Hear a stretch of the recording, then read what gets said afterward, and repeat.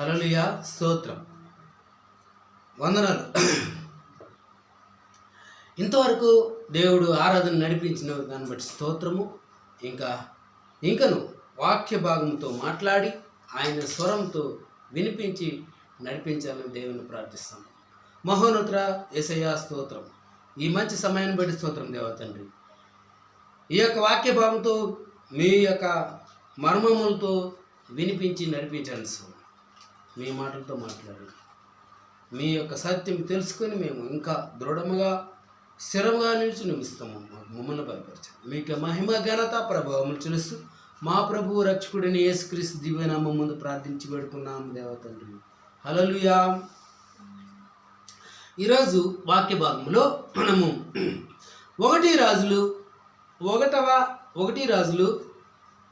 19వ అధ్యాయము 1 నుంచి 4 చదువుకున్నాం. హల్లెలూయా. 1 రాజులు 19వ అధ్యాయము 1 నుండి 4. ఏలియా చేసినదంతేను అతడు ఖడ్గము చేత ప్రవక్తల చేత అందరినీ చంపించిన సంగతిను ఆహాబు జెజబెలునకు తెలియ చెప్పగా, ఏలియా చేసినదంతయు అతడు ఖడ్గము చేత ప్రవక్తల చేత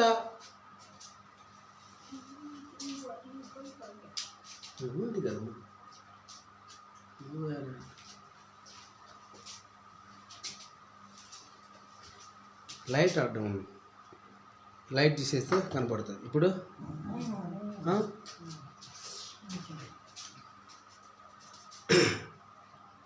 ఏం చెప్తున్నాడంటే ఆహాబు అనే రాజు. ఆహాబు ఎవరు? యెజెబెలు యొక్క భర్త. ఇదే భర్త ఏం చెప్తున్నాడు? భార్య చెప్తున్నాడు ఏలియా చేసినదంతయో అతను చెప్తున్నాడు. అతను ఖడ్గము చేత ప్రవక్తలను అందరూ ఎట్లా చంపించిన సంగతి అంతయో ఆహాబు యెజెబెలుకు తెలియజెప్పగా, యెజెబెలు ఒక దూత చేత ఏలియాకు ఈ వర్తమానం పంపించి ఆమె ఏం చెప్పిందంటే, రేపు ఈ వేళకు నేను నీ ప్రాణమును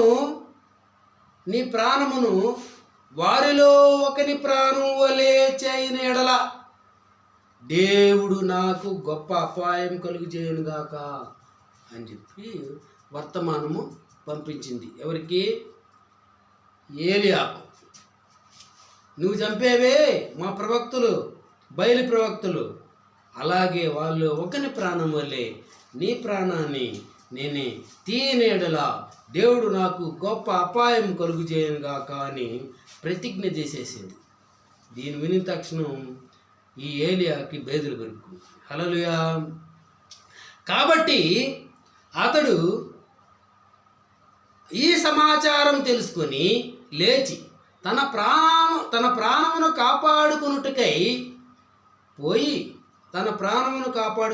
పోయి యూదా సంబంధమైన బెర్షిబాకు చేరి అచట ఉండుమని తన దాసునితో చెప్పి తాను ఒక దిన ప్రయాణము అరణ్యములోకి పోయి ఒక బదిరీ వృక్షము క్రింద కూర్చుండి మరణాపేక్ష గలవాడై, యెహోవా, నా పితరుల కంటే నేను గొప్పవాడును కాను, ఇంత మట్టుకు చాలును, నా ప్రాణమును తీసుకొనుము అని ప్రార్థన చేశాను. ఈ ఏలి ఏం చేశాడు?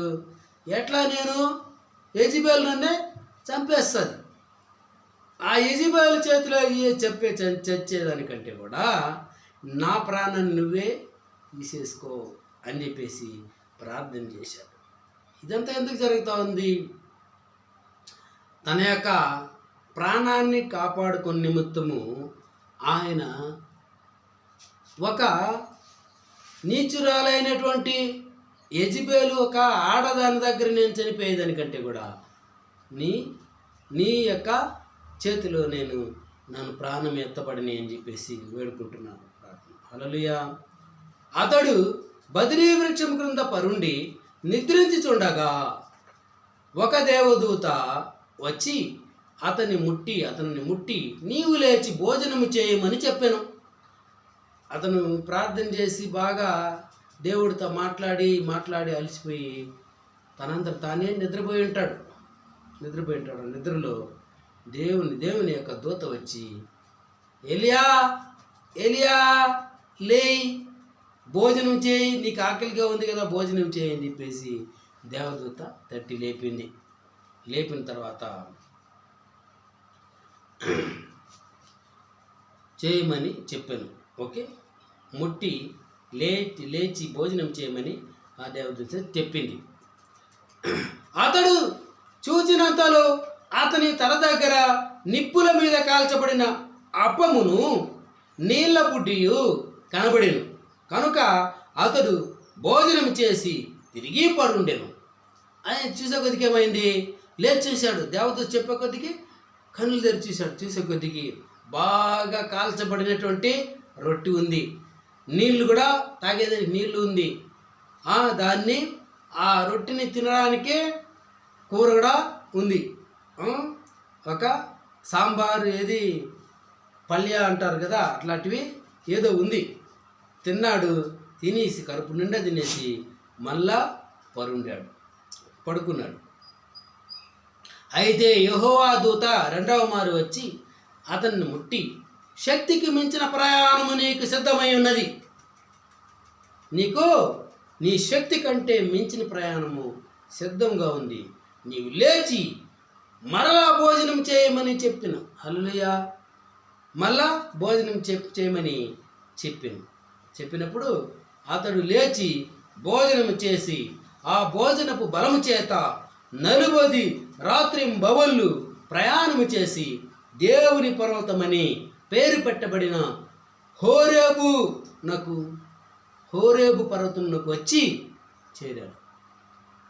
బలం బాగా ఉంది కాబట్టి 40 రోజులు పగులు రాత్రి ఆయన ప్రయాణం చేసి హోరేబుకి వచ్చాడు.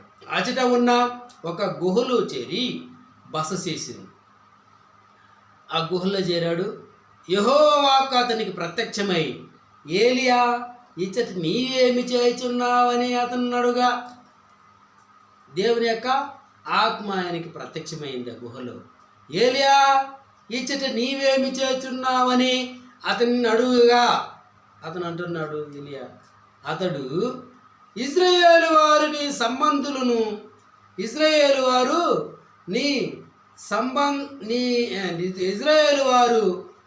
నీ నిబంధనను త్రోసివేసి నీ బలిపోటములను పడగొట్టి నీ ప్రవక్తలను ఖడ్గము చేత హతము చేసిరి. ఇశ్రాయేలు వాళ్ళు ఏం చేశారు? నీ నిబంధనలను మీరి త్రోసిపుచ్చి నీ బలిపీఠమును పడగొట్టి నీ ప్రవక్తలను ఖడ్గము చేత హతము చేసిరి అని చెప్పాడు. సైన్యములకు అధిపతియగు దేవుడగు యెహోవా, సైన్యములకు అధిపతియగు దేవుడునగు యెహోవా కొరకు మహారోషము గలవాడినై నేను ఈ ఒకడును మాత్రమే మిగిలి ఉండగా వారు నా ప్రాణమును కూడా తీసివేయుటకై చూచుచున్నారని మనవి చేశాను. ఇంకొకసారి చదువుతున్నాడు. ఏం చెప్పిన తర్వాత సైన్యములకు అధిపతి దేవుడు నాకు యెహోవా కొరకు మహారోషము గలవాడనై నేను ఒకడును మాత్రమే మిగిలి ఉండగా వారు నా ప్రాణమును కూడా తీసివేయుటకై చూస్తున్నారని మనవి చేశాను. నా ప్రాణాలు కూడా తీసేదానికి చూస్తున్నారని చెప్పాడు దేవుడితో. అందుకు ఆయన దేవుడు అంటున్నాడు, నీవు పోయి పర్వతం మీద యెహోవా సముఖమందు నిలిచి ఉండుమని సెలవిచ్చాను. నువ్వు పర్వతాన్ని పోయి యెహోవా సముఖమున నిలిచి ఉండమంటే ప్రార్థనలో ఉండు అని అర్థం. హల్లెలూయా. అంతటా యెహోవా ఆ వైపున సంచరింపగా బలమైన పెనుగాలి లేచెను. ఈయన ఈ ఏలియా ఎక్కడికి వెళ్ళాడు? పర్వతం మీదకి వెళ్ళాడు. అంతటా యెహోవా ఆ వైపున సంచరింపగా బలమైన పెనుగాలి లేచెను. అక్కడికి ఏమి? యెహోవా వచ్చాడు. ఆ వైపున యెహోవా సంచరింపగా బలమైన పెనుగాలి లేచెను. దేవుడు వచ్చే కొద్దికి పెనుగాలి వచ్చింది. యెహోవా భయమునకు పర్వతములు బద్దలయ్యెను. అక్కడ యెహోవా యొక్క ప్రసన్నత వచ్చింది కాబట్టి, దేవుడు అక్కడ దిగాడు కాబట్టి, ఆ భయానికి, యెహోవా వచ్చినటువంటి భయానికి పర్వతాలు బద్దలైంది. శిలలు చిన్నాభిన్నములాయను. అక్కడంతా శిల్పాలు మళ్ళీ రాళ్ళు రప్పలు చిన్నాభిన్నంగా అయి చిన్నాభిన్నములాయను. కానీ యెహోవా ఆ గాలి దెబ్బ యందు ప్రత్యక్షం కాలేదు. ఆ గాలి దెబ్బలో ప్రత్యక్షం కాలేదు. గాలి పోయిన తర్వాత భూకంపం కూడా కలిగను. కానీ ఆ భూకంపమందును యెహోవా ప్రత్యక్షము కాలేదు. గాలి వచ్చినప్పుడు కనపడలేదు, భూకంపం వచ్చినప్పుడు యెహోవా కనపడలేదు. తర్వాత 12వ వచనం, ఆ భూకంపమైన తర్వాత మెరుపు పుట్టెను, కానీ ఆ మెరుపునందు యెహోవా ప్రత్యక్షం కాలేదు. తర్వాత భూకంపమైన తర్వాత మెరుపు వచ్చింది. మెరుపులో ఏమైనా వస్తాడని చూస్తున్నాడు ఏలియా. మెరుపులో ఏమైనా వస్తాడా? ఎందుకంటే దేవుడు వెలుగై ఉన్నాడు కదా, కాబట్టి మెరుపులో ఏమైనా వస్తాడా దేవుడు అని చెప్పేసి ఏలియా చూస్తున్నాడు. ఆ మెరుపులో కూడా రాలేదు. మెరుపు వచ్చింది, మెరుపులో కూడా రాలేదు. మెరుపు ఆగిపోగా మిక్కిలి నిమ్మలముగా మాట్లాడు ఒక స్వరము వినబడెను. మెరుపు ఆగిపోయిన తర్వాత నిశ్శబ్దంగా ప్రశాంతంగా మాట్లాడే ఒక స్వరము వినబడెను. అప్పుడు ఆ స్వరం ఏలియా దానిని విని, ఆ స్వరాన్ని విని ఏలియా దానిని విని తన దుప్పటితో ముఖము కప్పుకొని బయలుదేరి గుహ వాకిట నిలిచెను. ఆ స్వరం వినపడికి ముఖాన్ని ఏలియా కప్పుకుని ఆ గుహ వాకిట నిలిచినాడు. అంతలో ఏలియా అంతటా ఏలియా ఇచ్చట నీవేమి చేయుచున్నావు అని ఒకడు పలికిన మాట అతనికి వినపడిను. మళ్ళా అంటున్నాడు, ఏలియా నీవు ఇక్కడేమి చేయుచున్నావు అని ఒక స్వరం మళ్ళా వినబడింది. అందుకతడు, ఇజ్రాయేలు వారు నీ నిబంధనలను త్రోసివేసి నీ బలిపీఠమును పడగొట్టి నీ ప్రవక్తలను ఖడ్గము చేత హతము చేసిరి. సైన్యములకు అధిపతియగు దేవుడు యెహోవా కొరకు మహారోషము గలవాడినై నేను ఒక్కడు మాత్రమే మిగిలిని ఉండగా వారు నా ప్రాణములా తీసివేయుటకై చూచుచున్నారని చెప్పాను. హల్లెలూయా. అప్పుడు యెహోవా అతనికి సెలవిచ్చినదేమనగా, మరలా అరణ్య మార్గమున దమస్కునకు పోయి దానిలో ప్రవేశించి సిరియా దేశం మీద హజాయేలునకు పట్టాభిషేకం చేయి. ఇక్కడ ఏలియా అంటున్నాడు, వాళ్ళు నన్ను చంపేదాన్ని చూస్తున్నారు స్వామి అంటున్నాడు. అందుకు వాళ్ళు చంపేదాన్ని చూస్తే నీకేమి, నీ ప్రాణాలు నేను పోనిస్తే కదా, నీ ప్రాణాలని నేను సురక్షితంగా కాపాడుతున్నా. కాబట్టి నువ్వు దాని గురించి పట్టించుకోవద్దు. నువ్వు దాని గురించి నిన్నెవరో తరుముకొని వచ్చి కత్తి తీసుకొచ్చి నిన్ను నరికి చంపేస్తారని నువ్వు బాధపడద్దు. నువ్వేం చేయాలా? నీకు దారి కంటే గొప్ప పని ఇచ్చిన ఏం తెలుసా? అప్పుడు యెహోవా అతనికి సెలవిచ్చినదేమనగా, మరల అరణ్య మార్గమున వెళ్ళి దమస్కునకు పోయి దానిలో ప్రవేశించి సిరియా దేశం మీద హజాయేలు అను యువకుణ్ణి, హజాయేలు అనే అతన్ని ఎంచుకొని పట్టాభిషేకం చేయి, రాజు చేయి. నువ్వు రాజులనే నియమించేదానికి నేను పంపిస్తున్నా. నీ ప్రాణం గురించి భయపడాల్సిన అవసరమే లేదు. హల్లెలూయా.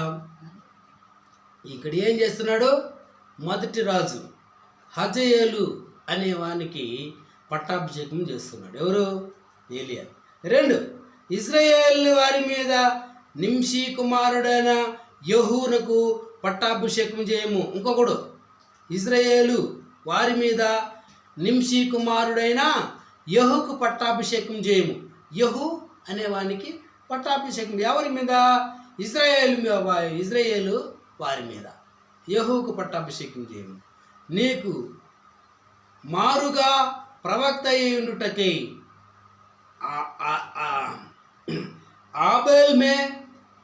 ఆబెల్మే హులావాడైన షాషాతు కుమారుడైన ఎలీషాకు అభిషేకం చేయము. హల్లెలూయా. ఫస్ట్ ఎవరిని అభిషేకం చేయమంటాడు? హజాయేలుని రాజుగా దేశం మీద, సిరియా దేశం మీద రాజుగా, పట్టాకు సిరియా మీద రాజుగా హజాయేలును నియమించు. మరి ఇజ్రాయేలు మీద నింషీ కుమారుడైన యెహూను నువ్వు పట్టాభిషేకం చేయి అని చెప్పి ఇద్దరు రాజులు నియమిస్తున్నాడు. నీకు మారుగా ప్రవక్త అయి ఉండుటకి అబేల్మే హులావాడైన షాషాతు కుమారుడైన ఎలీషాకు అభిషేకం చేయము. ఇప్పుడు ఏం చేస్తున్నాడు? ఇద్దరు రాజులు నియమిస్తున్నాడు, ఒక ప్రవక్తను కూడా నియమిస్తూ అభిషేకం చేస్తున్నాడు. తర్వాత 17వ వచనం చూద్దాము. ఇప్పుడు ఏం జరుగుతుంది తెలుసా? నీ ప్రాణం గురించి నువ్వు భయపడుతున్నావు కదా.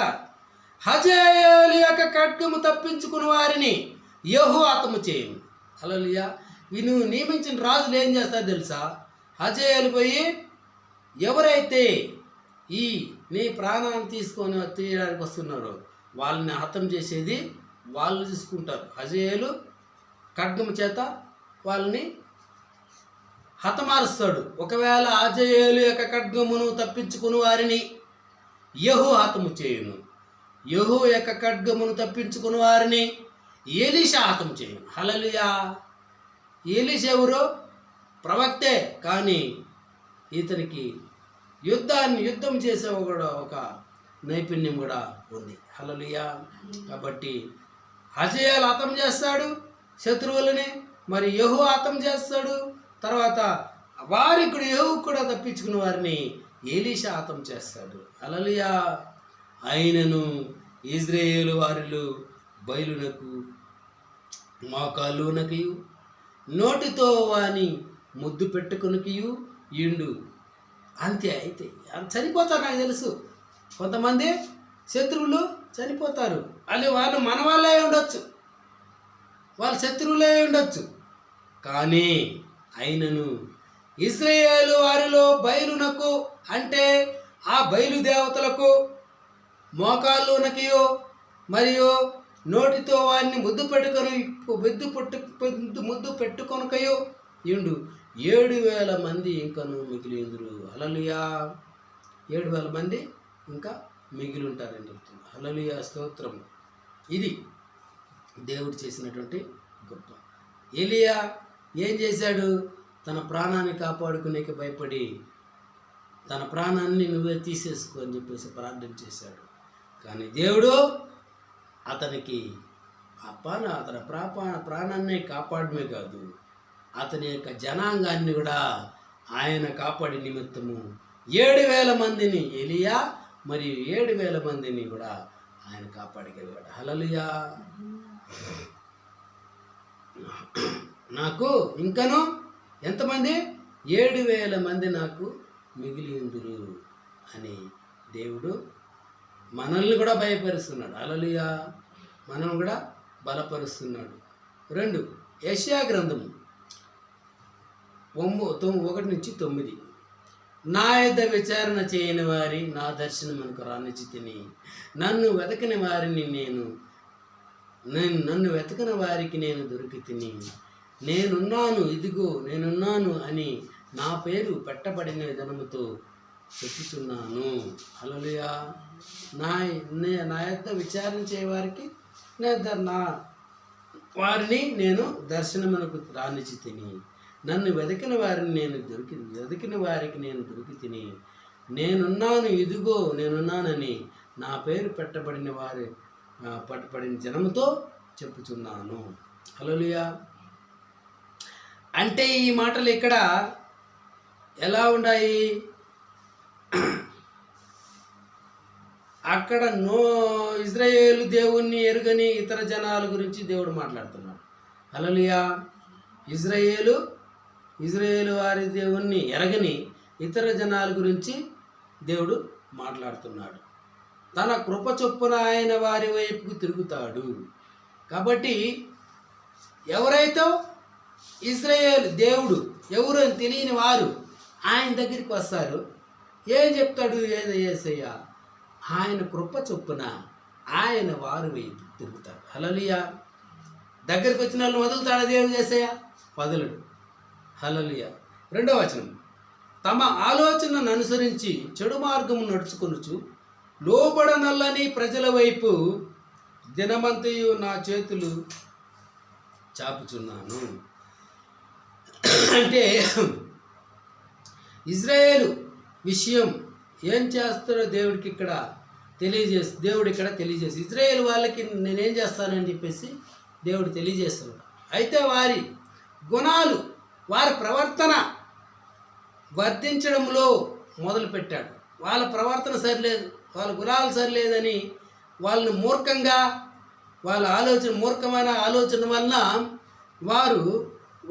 వారికి వారే ద్రోహం చేసుకుంటున్నారు. హల్లెలూయా. వారి సొంత ఆలోచన చొప్పున నడుచుకుంటే అది తప్పక చెడు మార్గమే. ఎవడైనా ఉన్నాయి, వాడు ఇజ్రాయేల్ వాడైనా ఉన్నాయి, వాడు అన్యుడైనా ఉన్నాయి, ఎవరైనా తమ సొంత ఆలోచనల చొప్పున దేవుడికి లోపడుకుని నడుచుకుంటే అది చెడు మార్గమే. హల్లెలూయా. 3వ వచనం, వారు తోటలలో బల్యార్పణము అర్పించుచు ఇటికెల మీద ధూపము వేయుదురు. నా భయము లేక నాకు నిత్యము కోపం కలుగు చేస్తారు. వాళ్ళు ఏం చేస్తారు? బయలుదేవతలకే బలి అర్పణలు అర్పిస్తారు, ఇటికెల మీద ధూపాలు వేస్తారు. నా భయము లేక నాకు నిత్యము కోపం కలిగి చేస్తారు. నాకు భయపడరు వాళ్ళు, నాకు కోపం వస్తుంది. నా కోపం వచ్చినప్పుడు నేనేమైనా చేస్తాను. హల్లెలూయా. మనుషులు చేసే పనులన్నిటికీ విగ్రహారాధన అన్నిటి ఈ విషయాల్లో దేవునికి అత్యధికంగా కోపం వస్తుంది. హల్లెలూయా. వారు సమాధులలో కూర్చుండుచు రహస్య స్థలములలో ప్రవేశించుచు పంది మాంసము తినుచుందురు. వాళ్ళు ఎక్కడ ఏం చేస్తారంట? సమాధుల్లో కూర్చుండుచు రహస్య స్థలంలో ప్రవేశించుచు పంది మాంసము తినుచుందురు. అసహ్య పాకములు వారి పాత్రలో ఉన్నవి. సమాధుల్లో కూర్చుండుచు అంటే ఇది ఏంటి? దేనికి సమానము?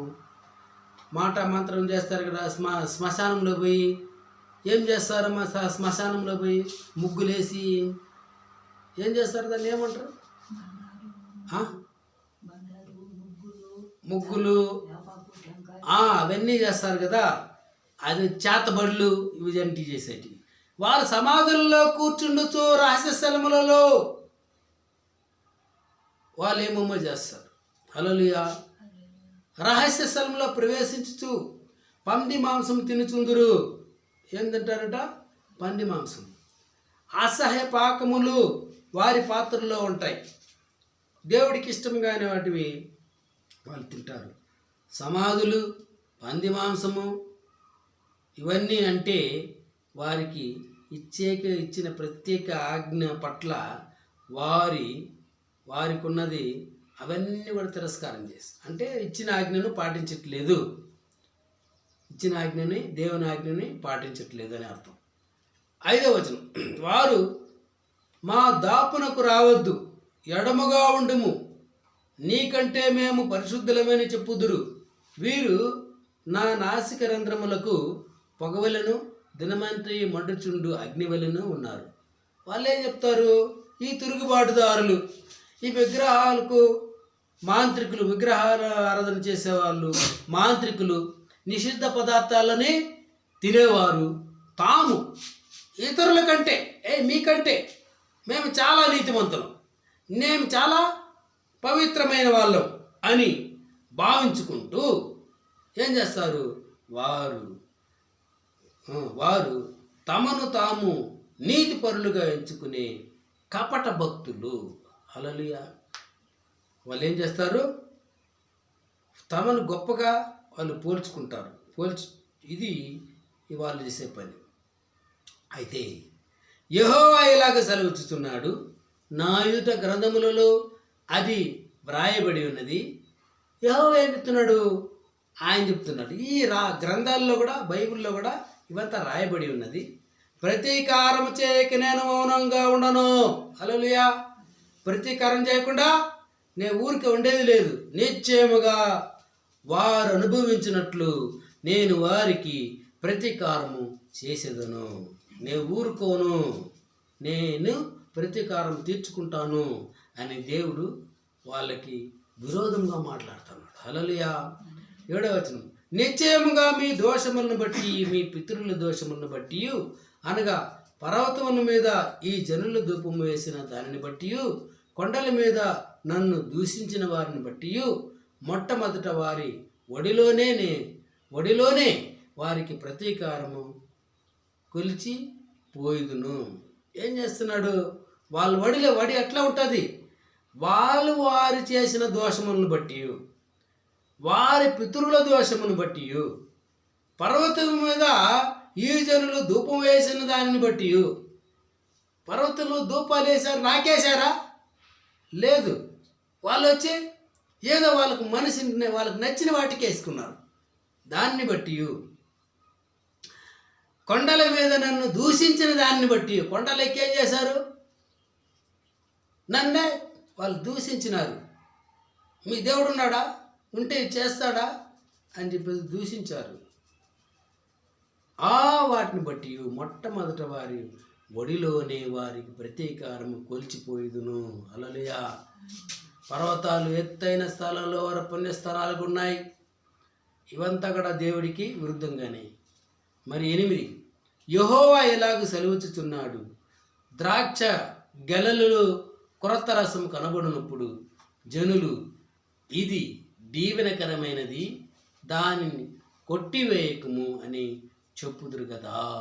8వ వచనంలో యెహోవా ఇలాగ సెలవుచుచున్నాడు. ఏమంటున్నాడు? ద్రాక్ష గెల బాగా కొత్త ద్రాక్ష గెలలు తోటలో కాచి ఉంది, కొత్త పంట వచ్చింది. ఇలాగ సెలవుచున్నాడు, ద్రాక్ష గెలల్లో కొత్త రసము కనబడినప్పుడు జనులు ఇది దీవెనకరమైనదని దాన్ని కొట్టివేయకమని చెప్పుదురు కదా. మంచి పండ్లు ఉండే చెట్టుని ఏం చేస్తారు? ద్రాక్ష చెట్టుని బాగుంది, ఇది పక్క బాగిస్తూ ఉంది అని చెప్పేసి కొట్టేయద్దు, దీన్ని నరికేయద్దు అని చెప్పి చెప్పుదురు కదా. నా సేవకులందరినీ నేను నశింపజేయకుండానట్లు వారిని బట్టి నేను అలాగే చేసేదను. హల్లెలూయా. నా సేవకులను నేను నశింపకుండా వాళ్ళని కాపాడుతాను.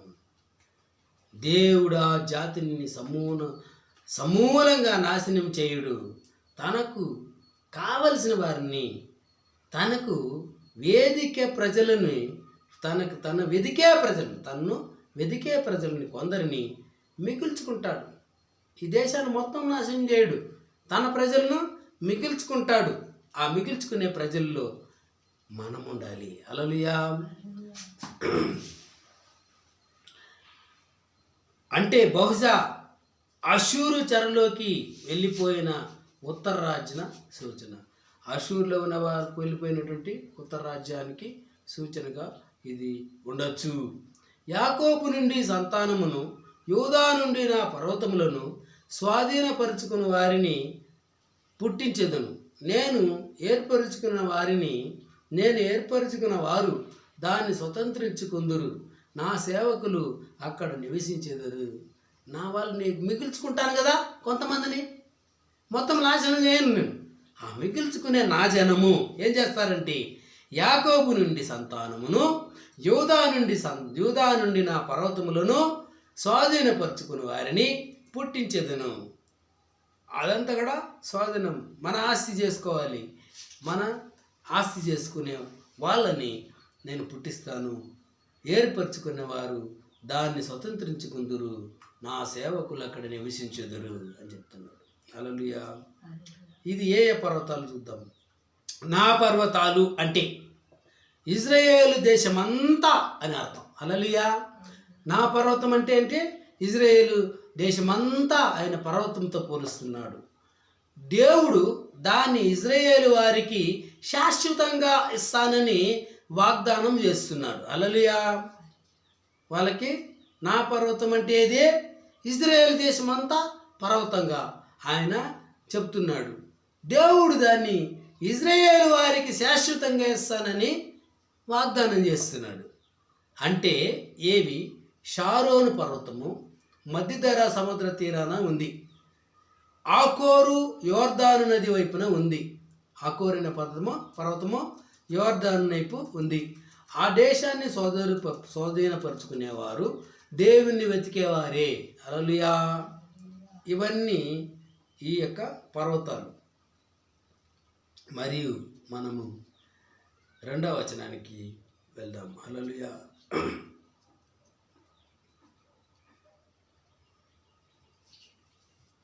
గలతీయులకు రాసిన పత్రిక 3వ అధ్యాయము 23 నుంచి 29. గలతీయులకు రాసిన పత్రిక 3వ అధ్యాయము 23వ వచనం నుంచి 29 వరకు. హల్లెలూయా. 23 చదువుకుందాం. విశ్వాసము వెల్లడి కాకమునుపు ఇక ముందుకు బయలుపరచబోవు విశ్వాసము వెల్లడి కాకమునుపు అంటే విశ్వాసము అనేదాన్ని దేవుడు ప్రకటించేదానికంటే ముందు ఇక ముందును బయలుపరచబడబోవు విశ్వాసము అవలంబించవలసినటువంటి వారముగా చెరలో ఉంచబడినట్టు మనము ధర్మశాస్త్రమునకు లోనైన వారమైతిమి. ముందేమైతిమి? మనము విశ్వాసము అవలంబింపవలసిన వారముగా చెరలో ఉండబడినట్టు విశ్వాసం బయలుపరచబడబోవు విశ్వాసమును అవలంబింపవలసిన వారముగా చెరలో ఉంచబడినట్టు మనము ధర్మశాస్త్రమునకు లోనైన వారమైతిమి. ముందేమి? ధర్మశాస్త్రం అంటే విశ్వాసం కాదు, ధర్మం, దేవుడు ఇచ్చినటువంటి ధర్మం. కాబట్టి మనము విశ్వాసం మూలమున నీతిమంతులమని తీర్చబడినట్లు క్రీస్తు వద్దకు మనలను నడిపించుటకు ధర్మశాస్త్రమునకు బాలశిక్షకుడు ఆయన. ధర్మశాస్త్రం ఏమి చేసింది? మనకు మార్గాన్ని, క్రీస్తు యొక్క మార్గాన్ని వెతికే ఒక విశ్వాసాన్ని వెతికేదానికి బాలశిక్ష అయింది. అయితే విశ్వాసము వెల్లడి ఆయను కనుక ఇక బాలశిక్షకుని క్రింద ఉండము. విశ్వాసము వెల్లడి అయింది, విశ్వాసము వచ్చేసింది, విశ్వాసము దొరికింది మనకు. ఇప్పుడు బాలశిక్ష కింద మనము ఉండము. 26వ వచనం. యేసుక్రీస్తునందు మీరందరూ విశ్వాసం వలన దేవుని కుమారులై ఉన్నారు. హల్లెలూయా. యేసుక్రీస్తునందు మనమందరూ విశ్వాసం వలన ఆయన యొక్క కుమారులై ఉన్నారు. ఇప్పుడేమో మనము యేసుక్రీస్తు యొక్క కుమారులు. దేని వలన? మనకు యేసుక్రీస్తులో విశ్వాసము ఉంది కాబట్టి. క్రీస్తులోనికి బాప్తిస్వం పొందిన మీరందరూ క్రీస్తును ధరించుకొని ఉన్నారు. ఆమేన్. క్రీస్తులోనికి బాప్తిస్వం పొందినారా మీరు? అయితే మీరందరూ కూడా క్రీస్తుని ధరించుకొని ఉన్నారు. హల్లెలూయా. ఇందులో యూదుడని గ్రీసు దేశస్థుడని లేదు. ఇందులో యూదుడు నువ్వు వేరు, గ్రీసు దేశస్థుడు నువ్వు వేరు అని కాదు. దాసుడు స్వతంత్రుడని లేదు. దాసుడు అంటే సేవకుడు. అవును, వీడు సేవకుడు కాదు, వీడు యజమాని. వీడు స్వాతంత్రం లేనివాడు, వీడికి స్వాతంత్రం ఉన్నవాడు అని కాదు. హల్లెలూయా. పురుషుడని స్త్రీని అని లేదు. స్త్రీకి ఒక విలువ, పురుషునికి ఒక విలువ, ఆడకు ఒక విలువ, మగకు విలువ, మగవానికి ఒక విలువ, ఆడదానికి ఒక విలువ అని లేదు. యేసుక్రీస్తునందు మీరందరూ ఏకముగా సమానులై ఉన్నారు. హల్లెలూయా. యేసుక్రీస్తునందు మీరందరూ ఏకముగా సమానులై ఉన్నారు అని చెప్తుంది 29వ వచనం. మీరు క్రీస్తు సంబంధులైతే ఆ పక్షమందు అబ్రహాము యొక్క సంతానమై ఉండి, మీరు క్రీస్తు సంబంధులైతే, చూడండి ఇక్కడ గమనించి, మీరు క్రీస్తు సంబంధులైతే ఆ పక్షమందు అబ్రహాము యొక్క సంతానమై ఉండి వాగ్దాన ప్రకారము వారసులై ఉన్నారు. హల్లెలూయా. మనమంతా అబ్రహాం సంతానం. అబ్రహాం సంతానము ఎవరి సంతానము? దేవుని యొక్క. అబ్రహాం ఎవరికి వారసుడు? దేవుని యొక్క వారసుడు. మనం ఎవరికి వారసులము? దేవుని వారసులము. హల్లెలూయా. మనమందరూ దేవుని అబ్రహాము సంతానమై దేవు వాగ్దాన ప్రకారము వారసులమై ఉన్నాము. హల్లెలూయా. ఇక్కడ ఏమైంది? చట్టం అనే, ఇక్కడ ధర్మశాస్త్రం అనే ఒక చట్టం ఉండే, దాన్ని తీసేశారు. హల్లెలూయా. ఇప్పుడేముంది? విశ్వాసము అనే కృప. హల్లెలూయా. విశ్వాసం అనే కృప మనకు యేసుక్రీస్తు ఇచ్చాడు కాబట్టి మనకి శిక్ష లేదు. ధర్మశాస్త్రం వల్ల వచ్చే శిక్ష లేదు. విశ్వాసము ద్వారా, విశ్వాసము మరియు కృప ద్వారా దొరికే ఆ స్వాస్యము, వారసత్వము, హల్లెలూయా, రక్షణ మనకు దొరికింది. కాబట్టి ఈరోజు మనము స్వతంత్రులము, ఈరోజు మనము వారసులము, ఈరోజు మనము రక్షణ కలిగినటువంటి పరలోక వాసులము. హల్లెలూయా. ఈరోజు మనమేమే? పరలోక వాసులము. మనము దేవుని యొక్క సంతానము. హల్లెలూయా. స్తోత్రం. దేవుని యొక్క రాజ్యములో ఉన్నటువంటి మనము దేవుని యొక్క బిడ్డలు. హల్లెలూయా. స్తోత్రం. మరి చివరిగా లూకా సువార్త 8వ అధ్యాయము 22 నుంచి 25 వరకు చూస్తాం. చివరిగా మనము లూకా సువార్త 8వ అధ్యాయము 22 నుండి 25వ వచనం వరకు చూస్తాం. 22. మరి ఒక నాడు ఆయన తన శిష్యులతో కూడా ఒక దోణి ఎక్కి సరస్సు అద్దరికి పోదుమని వారితో చెప్పగా, ఇప్పుడేమైంది? యేసయ్య ఆయన శిష్యులు దోణి ఎక్కారు, అద్దరికి వెళ్దాం అని చెప్పేసి చెప్పగా, వారు దోణను త్రోసి బయలుదేరి. దోణను దోస్తారు కదా, ఎక్కితే ఫోర్స్గా జోరుగా దోస్తారు. తోస్తా ఏం చేస్తారు? దోణిలోకి ఎక్కేస్తారు, పడవలోకి ఎక్కేసి బయలుదేరేస్తారు. వారు వెళ్ళుచుండగా ఆయన నిద్రించుచుండెను. హల్లెలూయా. వారు వెళ్తున్నారు పడవను నడుపుకుంటా. మన యేసయ్య ఏం చేస్తాడు? బాగా నిద్రపోయాడు. అంతలో గాలి వాన సరస్సు మీదికి వచ్చి, అలలో ఏమైంది? అంతట్లో పెద్ద గాలి వాన అంతా లేసేసింది. గాలి వాన లేసేసింది. దోణి నీళ్లతో నిండినందున, గాలి వస్తూ ఉంది, వాన వలన దోణి నిండిపోతూ ఉంది. వారు అపాయకరమైన స్థితిలో ఉండేది. శిష్యులంతా ఏమైపోయినారు? అపాయంగా, ఇంక మేము బతుకుతామో సస్తామో తెలియదు అని చెప్పేసి అపాయంలో పడిపోయారు. కనుక ఆయన యొద్దకు వచ్చి, ప్రభువా నశింపపోతున్నాము, మేము నశించిపోతున్నామని చెప్పి ఆయనను లేపి, ప్రభువా మమ్మల్ని చూడు, మేము వచ్చి మునిగిపోతున్నాము, మేము చనిపోతున్నాము, చూడు అని ఆయన లేపి. ఆయన లేచి గాలిని నీటి పొంగును గద్దింపగా, హల్లెలూయా, ఆయన లేచి ఏం చేశాడు? గాలి ఊరుకో, నీటి పొంగు ఊరుకో, నిలిచిపో అని గద్దింపగా అవి అణిగి నిమ్మలమైంది. హల్లెలూయా. అవి అణిగిపోయి ఏమైపోయింది? నిమ్మలమైంది. అప్పుడు ఆయన, మీ విశ్వాసం ఎక్కడా అని వారితో అన్నాను. అప్పుడు ఆయన, మీ విశ్వాసం ఎక్కడా బిడ్డలారా అని వాళ్ళతో అన్నాను. అయితే వారు భయపడి, ఈయన గాలికిని నీళ్లకును ఆజ్ఞాపింపగా అవి లోబుడుచున్నవే. ఈయనెవరో గాలికిని నీళ్లకును ఆజ్ఞాపింపగా అవి లేబుడుచున్నవే అని అని. ఈయన ఎవరో అని ఒకరితో ఒకడు చెప్పుకుని ఆశ్చర్యపడిరి. హల్లెలూయా. ఈయన ఎవరో అని ఒకరితో ఒకడు చెప్పుకొని ఆశ్చర్యపడిరి.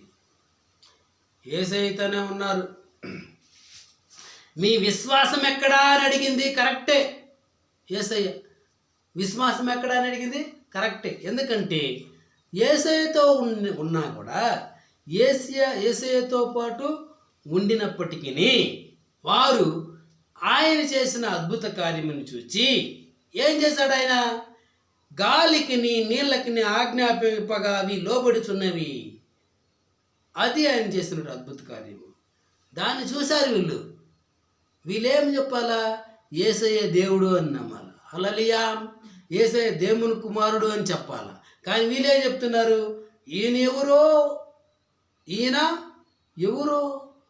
ఎవరో అని ఒకరితో ఒకడు చెప్పుకొని ఆశ్చర్యపడ్రి. హల్లెలూయా. మనలో కూడా అంతే. యేసయ్యతో ఉన్నప్పటికి కూడా మనము యేసయ్యని ఎవరో అనుకునే వాళ్ళముగా ఉన్నాం. హల్లెలూయా. యేసయ్య మన జీవితంలో గొప్ప కార్యం చేయగలడని ఎంతమంది నమ్ముతున్నారు? ఎవరో చేస్తాడో లేడో అని ఒక అపనమ్మకము ఉండకూడదు. హల్లెలూయా. ఈ శిష్యుల్లో ఉన్నటువంటి ఆ విశ్వాసము, మీలో విశ్వాసం ఉందా అని అప్పుడైనా మీ విశ్వాసం ఎక్కడా అని అడిగాడు. దానికి యథార్థమైన వీళ్ళు మాటలు ఏమట్లా ఉంటాయంటే, ఈయన ఎవరో గాలికిని ఈ నీటికిని ఆజ్ఞాపించితే అవి లోబడుతున్నాయే అని ఆశ్చర్యపడి వారు చెప్పుకుంటున్నారు. హల్లెలూయా. మనం అలాంటి మనుషులుగా లేకుండా మన యేసయ్య చేయగలడు. ఇది మన యేసయ్య వలనే జరిగింది. మన యేసయ్య ఉన్నాడు కాబట్టి మనం రక్షింపబడినాము. ఈ గాలి వాన నుంచి కాపాడినా స్వామి, నీవు ఉన్నావు కాబట్టి మేము బతికితిమి అని చెప్పేసి వీళ్ళు చెప్పలేదు. హల్లెలూయా. మనం అలా చెప్పాలి. కాబట్టి ఇది అక్కడ చేసినటువంటి అద్భుతము. మరి ఇంకొకటి జరుగుతుంది. 8వ అధ్యాయము, లోక 8వ అధ్యాయం 26 నుంచి 39. ఏం జరుగుతుంది? లోకా సువార్త 26. వారు గలిలయకు ఎదురుగా ఉండు గెరసీనీల దేశమునకు వచ్చింది. అక్కడ గాలి తుఫాన్ ఆగిపోయింది కదా. అక్కడి నుండి ఏం చేస్తారు? నెమ్మదిగా ప్రయాణం చేసి ఎక్కడికి వచ్చారు? గలిలయకు ఎదురుగా ఉండు గెరసీ అనే ప్రాంతానికి వచ్చారు. గెరసీనీయుల దేశమునకు వచ్చి అక్కడేం జరిగింది? ఆయన ఒడ్డున దిగినప్పుడు యేసు ఏం చేశాడు? ఒడ్డున దిగాడు. ఆ ఊరిలో ఒకడు, ఆ ఊరి వాడొకడు ఆయనకు ఎదురుగా వచ్చాడు. ఆయన వస్తుండగా ఆయనకు ఎదురుగా వచ్చాడు. వాడు దయ్యమును పట్టిన వాడై బహుకాలము నుండి బట్టలు కట్టుకొనక సమాధులలోనే గాని ఇంటిలో ఉండువాడు కాడు. వాడు ఎట్లాంటి వాడు? వాడు వచ్చి బట్టలు కట్టుకొనక, బహుకాలముగా దయ్యం పట్టిన వాడై బట్టలు కట్టుకునేది లేదు, సమాధుల్లోనే కానీ ఇంటిలో ఉండేవాడు కాడు. వాడు ఎదురుగా వచ్చాడు. వాడు యేసుని చూచి కేకలు వేసి ఆయన ఎదుట సాగిలిపడి, వాడేం చేశాడు? దెయ్యములు పట్టినోడే. ఆయన ఏం చేశాడు? యేసయ్య ఎదుట సాగిలిపడి, యేసు సర్వోన్నతుడైన దేవుని కుమారుడా, నాతో నీకేమి అని అడుగుతున్నాడు. హల్లెలూయా. నాతో నీకేమి అని, నన్ను బాధపరచుకుమని నిన్ను వేడుకొనుచున్నాను అని కేకలు వేసి చెప్పాను. నన్ను పరచొద్దు అని చెప్పేసి కేకలు వేసి చెప్పాడు. అందుకు యేసు అంటున్నాడు 29వ వచనంలో, ఏలయనగా ఆయన ఆ మనిషిని విడిచి వెలుపలికి రమ్మని ఆ అపవిత్రాత్మలకు ఆజ్ఞాపించాను. ఎందుకు ఇట్లా అంటున్నాడు? యేసయ్య, ఓ అపవిత్రాత్మలారా, ఈ వ్యక్తిని వదిలి బయటికి వెళ్ళు అని ఆజ్ఞాపించాడు. అందుకు వీడు అంటున్నాడు, నన్ను ఇక్కడ బాధపరచుటకు నువ్వు వచ్చితివే అని అడుగుతున్నాడు.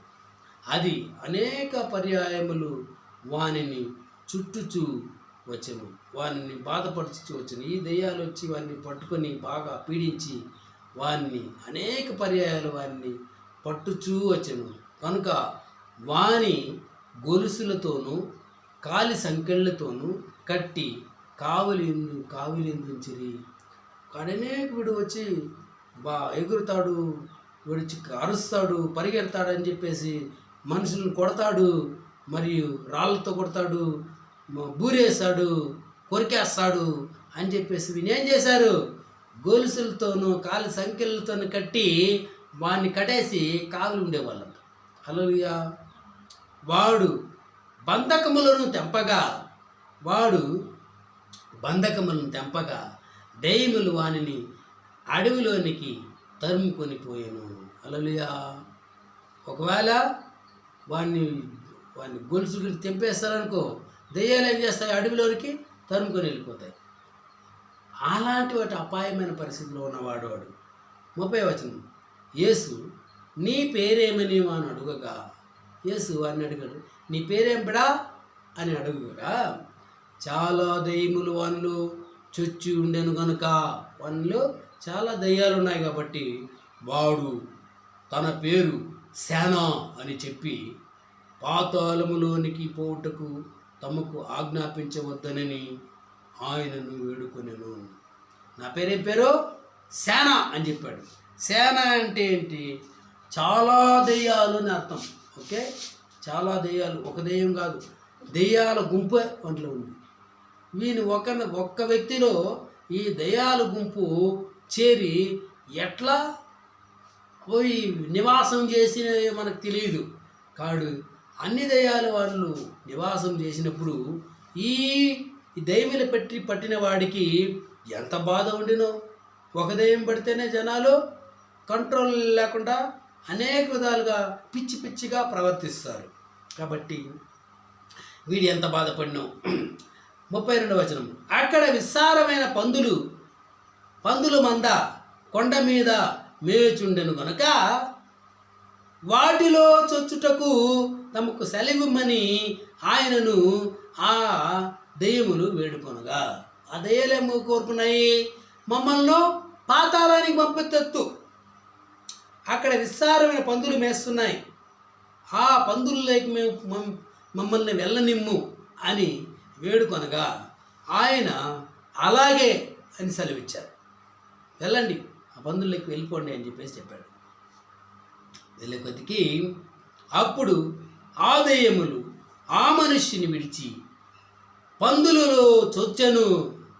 అప్పుడు ఆ దెయ్యములు ఆ మనిషిని విడిచి పందులలో చొచ్చెను గనుక ఆ మంద ప్రభాతము నుండి సరస్సులోకి వడిగా వేగంగా పరిగెత్తి ఆ యొక్క ప్రవాహములో నదిలో దూకేసాయి. హల్లెలూయా. దూకేసినాయి కాబట్టి అవి ఊపిరి ఆడక చచ్చెను. అలా అవన్నీ కూడా నీటిలో మునిగిపోయి ఊపిరి ఆడకుండా చనిపోయినాయి. అంటే దెయ్యాలు పోయేటప్పుడు కూడా ఒక కోతి పోయేటప్పుడు ఒక కొమ్మ నుంచేసి వెళ్తుందంట. కొమ్మ నుంచేసి కోతి కూడా అంతే. ఈ దెయ్యాలు కూడా పోయేటప్పుడు పోతా పాప పందుల్ని తీసుకొని వాటిని కూడా నీళ్ళలో ముంచేసి వాడి ప్రాణాలు కూడా తీసేసి వెళ్ళిపోయినాయి. హల్లెలూయా. కాబట్టి సైతాని క్రియలు ఇట్లా ఉంటాయి. అంత అపాయకరమైన పరిస్థితులు ఆ సైతాను క్రియలు ఉంటాయి అని అర్థం. 34. మేపుచున్నవారు ఈ పందులంతా మునిగిపోతే గమనుంటారా? మేపుచున్నవారు జరిగిన దానిని చూచి పారిపోయి ఆ పట్టణంలోను గ్రామముల్లోనూ ఆ సంగతి తెలియజేసిరి. ఈ విధంగా మా పందులంతా ఆ మనిషి ఎవరో వచ్చినారు, ఆ మా పందులంతా ఆజ్ఞాపించేసినవి నీళ్ళలో పుడి మునిగిపోయినాయి, చనిపోయినాయి అని చెప్పేసి ఈ సంగతి అంతా పల్లె ఈ గ్రామాల్లో అంతా ఊరు వాడ చెప్పేసినారు. జనులు జరిగిన దాన్ని చూడవెళ్ళి ఏం జరిగిందో వస్తారు కదా, ఏమన్నా జరిగితే జనాలు గుంపులుగా వచ్చారు. చూడవెళ్ళి యేసు వద్దకు వచ్చి దయ్యములు వదిలిపోయిన మనుష్యుడును బట్టలు కట్టుకొని స్వస్థచిత్తుడై యేసు పాదముల యొద్ద కూర్చుండుట చూచి భయపడి. వాళ్ళతో చూసేదానికి వచ్చిన వాళ్ళు, వీడు దయ్యాలు పట్టినాడు కదా, వీడు బట్టలే వేసుకునేవాడు కాదు, వీడు బాగా చక్కగా ప్యాంటు షర్ట్ వేసుకొని వీడిని గొలుసులతో కట్టి పెట్టేవాళ్ళు కదా, వీడిని ఇది కాళ్ళకి చేతులకి అంతా కళ్యాలు వేసి పెట్టేవాళ్ళు కదా, వీడేమి చక్కగా కూర్చోన్నాడే పాదాల దగ్గర ఏసై దగ్గర అని ఆశ్చర్యపడినారు. హల్లెలూయా. అది చూసిన వారు దయ్యములు పట్టిన వాడే ఎలాగ స్వస్థ పొందెనో అని వాళ్ళు జనులకు తెలియజేయగా, గెరసినీల ప్రాంతంలో నుండి జనులందరూ భయాగ్రాంతులైరి కనుక తమ్మును విడిచిపొమ్మని ఆయన్ని వేడుకొనిరి. ఏమన్నారు వాళ్ళు? నువ్వు ఉంటే ఈరోజు పందులను చంపేసినావు, రేపు మా మేకలను చంపేస్తావు, ఎల్లుండి మా పశువులను చంపేస్తావు, నువ్వు ఈ ప్రాంతంలోనే ఉండద్దు, వెళ్ళిపో వెళ్ళిపో వెళ్ళిపో అని తరిమేశారు. ఎవరిని? యేసయ్య. హల్లెలూయా. ఆయన ధోని ఎక్కి తిరిగి వెళుతుండగా దయ్యములు వదిలిపోయిన ఆ మనుష్యుడు, ఆయన ధోనెక్కి తిరిగి వెళ్ళిపోతుండగా దయ్యములు వదిలిపోయిన ఆ మనుష్యుడు ఆయనతో కూడా తన్ను ఉండమని ఆయనను వేడుకున్నాడు. నేను కూడా నీతో పాటు ఉంటాను అని వేడుకున్నాడు. అందుకు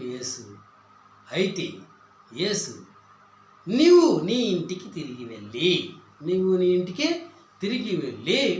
దేవుడు నీకెట్టి గొప్ప కార్యములు చేసినో తెలియజేయము.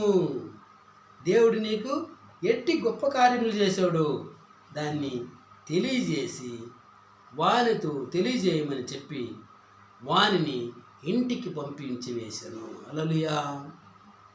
వాడు వెళ్ళి యేసు తనకెట్టి గొప్ప కార్యములు చేసినో ఆ పట్టణమందంతటా ప్రకటించను. హల్లెలూయా. కాబట్టి ఆయన ఇంటిలో నుండి వాడిని సేవ చేయడానికి, ఆయన యొక్క సాక్ష్యంగా నిలిచి ఉండేదానికి వాడిని పంపించేశాడు. యేసు కొంతమందిని తనతో పాటు ఉంచుకొని సేవ చేశాడు. కొంతమందిని నీ ఇంటికి వెళ్ళి నీ ఇంటిలో సాక్షిగా, మీ ఊరు వాడంతా నువ్వు సాక్షిగా ఉండి నువ్వు సేవ చేయి అని చెప్పేశాడు. చెప్పిన మాట ప్రకారము వాడు తిరిగి వెళ్ళి వాడు ఆ ఊరిలో అంతా పట్టణం అంతా వాడు యేసుక్రీస్తుని సువార్తను ప్రకటించను. హల్లెలూయా. దెయ్యములు పట్టిన వాడే ప్రకటించేదానికి పూనుకుంటే వాడికి అనేక కష్టాల్లో బంధకాల్లో ఉన్నవాడు విడిపింపబడి దేవుని యొక్క ప్రేమను పొందినవాడై, దేవుని యొక్క విశ్వాసము నడిచినవాడై, దేవుడు చెప్పినట్టు నీ యొక్క ఇంట్లో ఉండి నువ్వు సాక్ష్యంగా ఉండి నీవు అక్కడ జీవించి చెప్పిన ప్రకారము వాడు జీవించి ఆ ఊరు వాడంతా యేసుని ప్రకటించాడు. కాబట్టి నేను ఇలాంటి దుస్థితిలో ఉండిండకపోవచ్చు, దేవుని బట్టి మనం సమాధుల దగ్గర ఉండిండకపోవచ్చు, మనము యథారీతిగా ఉన్న జీవితంలో మనకు అనేకమైనటువంటి గొప్ప కార్యాలు చేసిన ఆ యొక్క దేవుని యొక్క గొప్ప కార్యములను బట్టి మనము కూడా వెళ్ళి మన స్థలములలో ఊరు వాడ అంతా తాను చేసినట్టు గొప్ప కార్యములు సాక్ష్యం ఇస్తూ ఆయనను ప్రకటించేదానికి సిద్ధపడతాం. లేచి నిలబడదాం, ప్రార్థన చేసుకుందాం. హల్లెలూయా. యేసుని ప్రకటించినప్పుడు అనేక మంది ఆయన వచ్చినప్పుడు ఆయన చేరదీస్తాడు. అన్యులు అనేక మంది ఆయన దగ్గరికి వచ్చాడు కాబట్టి ఆయన చేరదీశాడు. హల్లెలూయా. అదేవిధంగా మనం ప్రకటించే సువార్త వలన ఆ చేరదీయబడినటువంటి అన్యులు దేవుని బిడ్డలుగా మారి పరలోక రాజ్యంలో మన సహోదరులుగా వాళ్ళు చేరు నిమిత్తము వాళ్ళ కోసం మనం ప్రార్థన చేస్తాం. దేవుని యొక్క సేవను చేస్తూ మనం ముందుకెళ్తాం. హల్లెలూయా. ప్రార్థించుకున్నాం. మహోన్నతుడ పరమ తండ్రి యేసయ్య స్తోత్రం. ఈ మంచి సువర్తమానమును బట్టి స్తోత్రం దేవతండి. మీ యొక్క సేవను చేయుటకు మమ్మల్ని వాడుకోనండి స్వామి, మమ్మల్ని నడిపించండి, బలపరచండి స్వామి. మీ యొక్క స్వాస్థ్యమును పొందు నిజమైనటువంటి విశ్వాసములో ఉన్నటువంటి బిడ్డలుగా మమ్మల్ని నడిపించండి.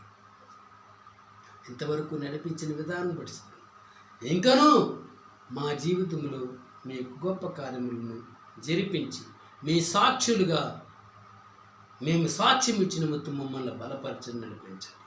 ఇక్కడ వచ్చినటువంటి మీ యొక్క బిడ్డలందరినీ జ్ఞాపకం చేసుకునండి. ఇక్కడ ఉన్న అమ్మని జ్ఞాపకం, నన్ను జ్ఞాపకం చేసుకోండి. మీ యొక్క పక్షమున మీ సమక్షములో మీ యొక్క బిడ్డలుగా మేము మీ ప్రేమను పంచిన మొత్తము మీ ప్రేమతో మమ్మల్ని నింపండి. మీకే మహిమ కంట ప్రభావం తెలుసు. మా ప్రభువు రక్షకుడిని యేసుక్రీస్తు దివ్యనామం విశేషమైన ప్రార్థించి వేడుకున్నాము కదా. నా ప్రాణమై యెహోవాను స్తుతించు, నా అంతరంగ సమస్తమైన పరిశుద్ధ నామమును స్తుతించు. నా ప్రాణమై యెహోవాను స్తుతించు, ఆయన చేసిన మేలను దేన్ని మరొకను. తండ్రి యొక్క ప్రేమయో, కుమారుని కృపయో, పరిశుద్ధాత్మని యొక్క అన్యోన్య సహవాసము ఇప్పటికీ సదాకాలం యేసుక్రీస్తు యొక్క రెండవ రాకడ శిరస్సాయిగా నిలిచింది గాక. ఆమేన్. వందనాలు.